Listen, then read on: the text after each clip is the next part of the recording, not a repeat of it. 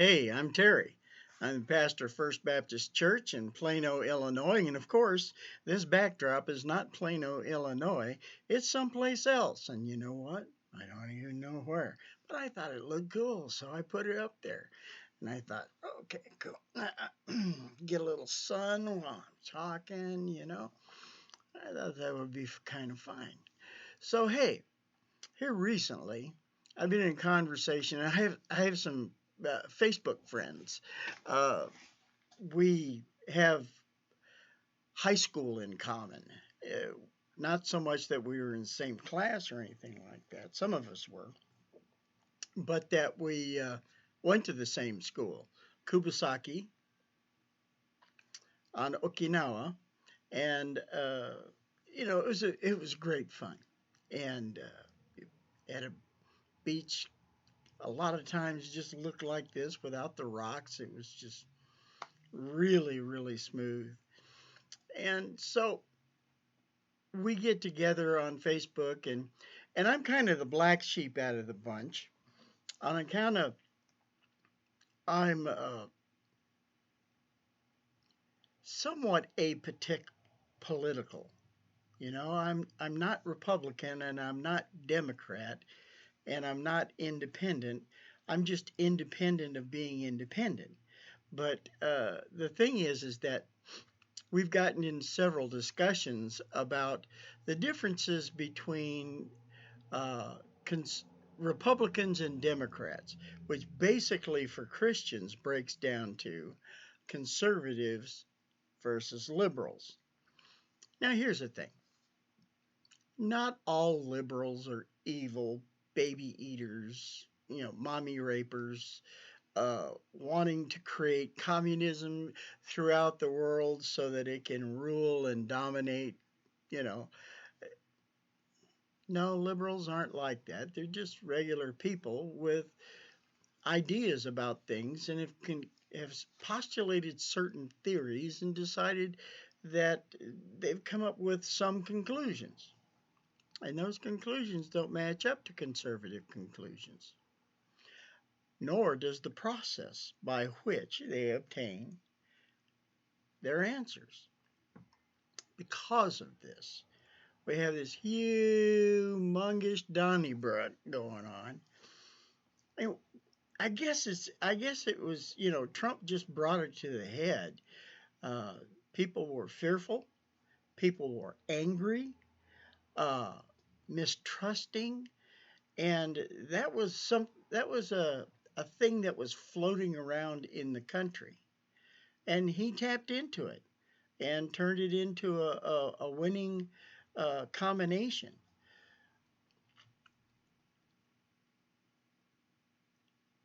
I tell you what, my friends aren't wrong either.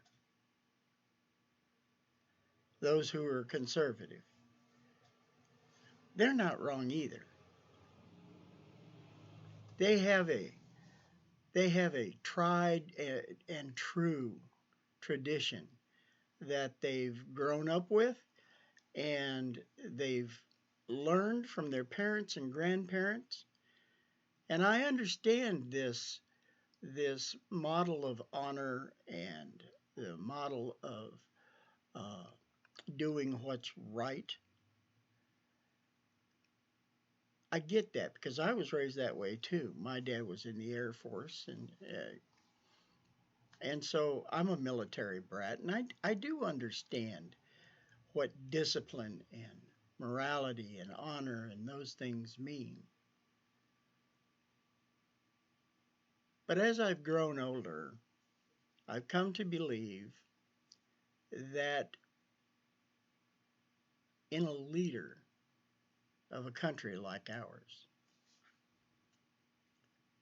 we need someone who's better than what my opinion is of what a leader should be. Now, I wrote down this morning some things that matter to me in terms of qualities in a leader. And the first one I put up there was character. I think that an individual should not think lying was a means to an end, or stealing, or hurting others. I don't believe in this, what, collateral damage theory that politicians seem to abide by. That's not right. You don't have collateral damage in life. You have collateral damage when a bomb drops in the middle of a city, or when you spray a crowd with a machine gun, but not when you're trying to lead. And I think that part of character, the character uh, of our country's leaders, should be servanthood. I think that despite what their personal desires are, they have become a servant of the people. And by doing so, it isn't what they think the people want, but they need to listen to what the people want, what the people need. Which brings me up to my second point, and that's wisdom. The ability to discern whether things are true or false, the ability to make decisions based upon understanding rather than emotion, rather than personal desire, rather than opinion. And I think that a leader needs to listen. I think that they need to hear what it is people are actually saying, not what their words are saying as much as what they're meaning. I don't want to see this country continue in its racist behavior. I've experienced it personally. I know what it is. And none of us is exempt. That's the thing that everyone in this country needs to realize, is that we're all being victims of racism, no matter what color you are. It doesn't matter. Prejudice, racism, it affects everyone, and it hurts everyone. It's not something that's good. But I will not, cannot abide by those who would manipulate and take advantage of this present situation to be lustful, only fulfilling their personal desires. You know, that old adage, I'm going to get mine. That's full of stuff. No. Hurting others is not the point. The point is to stop hurting others. And I wish that you who are perpetrating all of these violent acts would stop, because you're stealing the message. Don't kill the moment with your greed and avarice. My conservative friends are scared of you, and they have every right to be, because everything that we see on television, whether you're conservative or liberal, is pain and suffering. How is that good?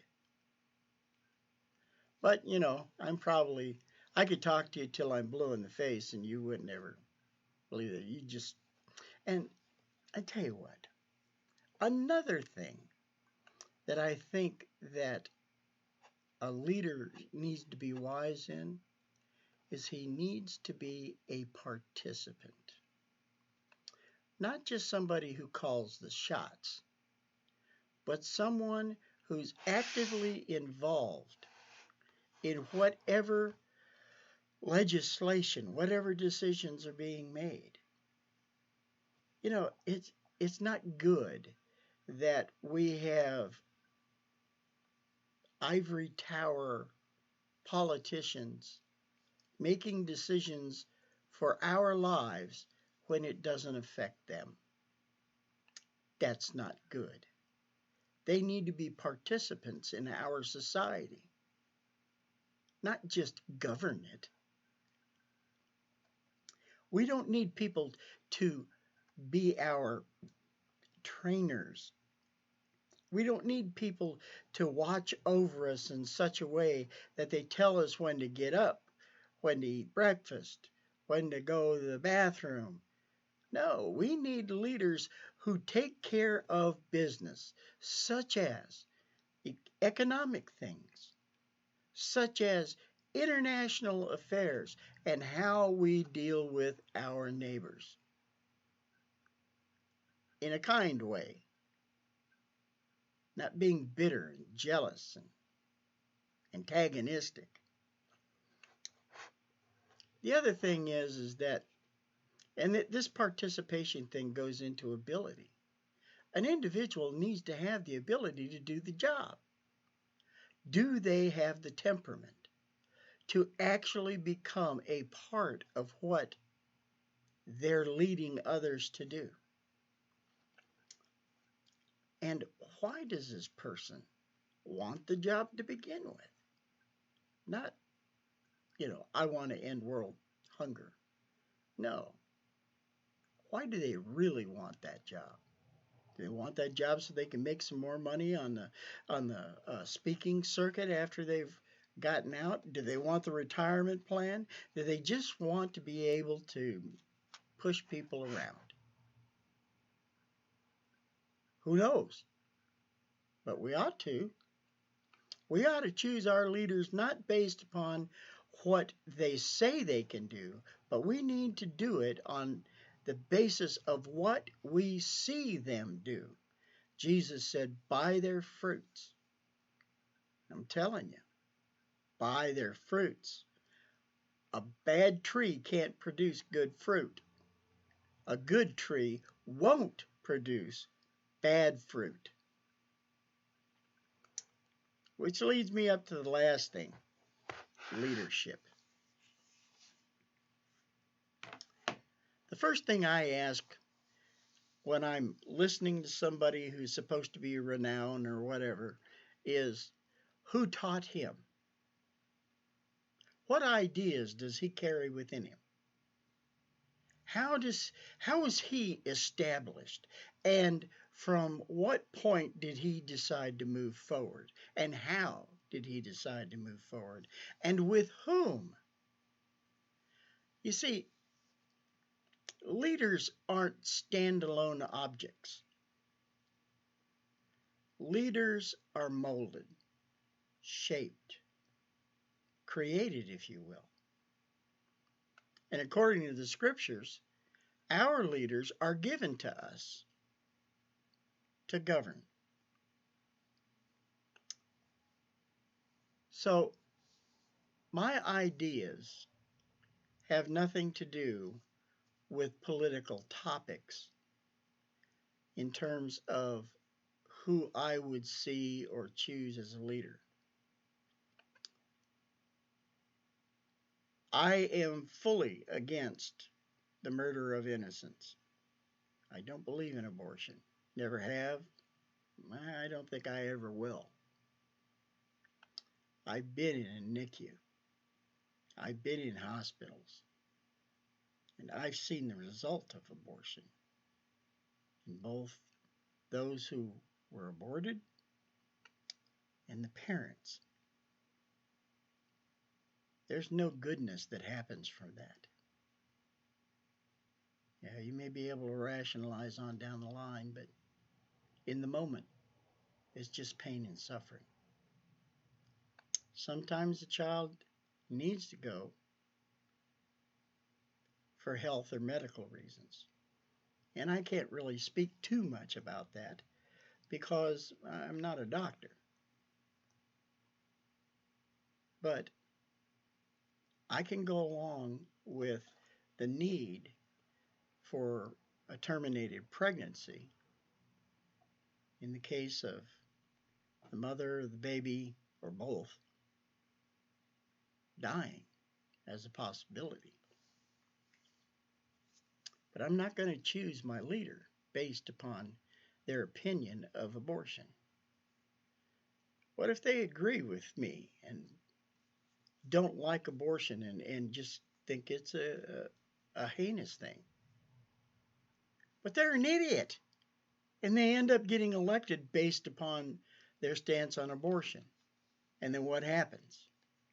What happens from there? We've had presidents that have been really great guys and, said all the right stuff and then got into office and did nothing. As a matter of fact, that hurts worse than anything else. And I don't believe that this country is presently a Christian nation. We throw slogans and we throw money at Christianity. And but those who truly believe in Jesus, those who truly believe in the Lord, they're silent. They just do their lives, everyday lives, and try their very best to be an example to others so that Christ may be glorified and they can know that they have pleased their Lord by satisfying the mission that He has given to them.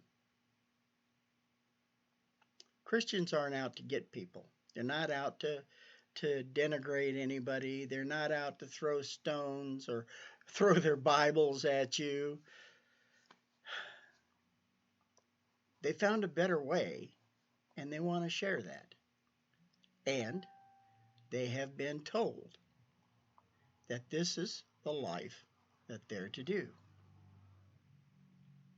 Servanthood is a sacrificial thing.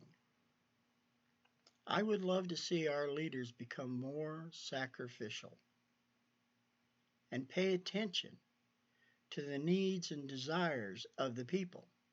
Not just what they're clamoring for, but the real needs and desires of people to be safe, to be secure, to begin to have the opportunity to live and grow a happy life. I think that this is the best form of evangelism, is to show the blessings of God and not beat people over the head about them. I do, however, want to say to you, anybody out there who's listening, if you disagree with me or not, that's okay. I can take it, Come back at me. Write me a letter. Send me a text. Hey, I get into it. I do. But I'm not going to judge you. And I'm going to respect your opinions, even if I don't agree with them. However, I just thought I'd kind of clear the air a little bit so that you might know that I really am a Bible thumper. I'm a Bible geek. I love the Word of God. I love my Lord Jesus. Not be such, and the reason is because I was such a bad person. I really was. And when Christ came into my life, that train wreck that was Terry Jensen was transformed. And I can't tell you how grateful I am for that. That same transformation is available to you. I'm going to put on a little goodbye thing, and when it comes on, you're going to see our address and our website, phone number. Contact us if you want to. Okay? I'll be here. Talk to you later. I'm out of here. See ya.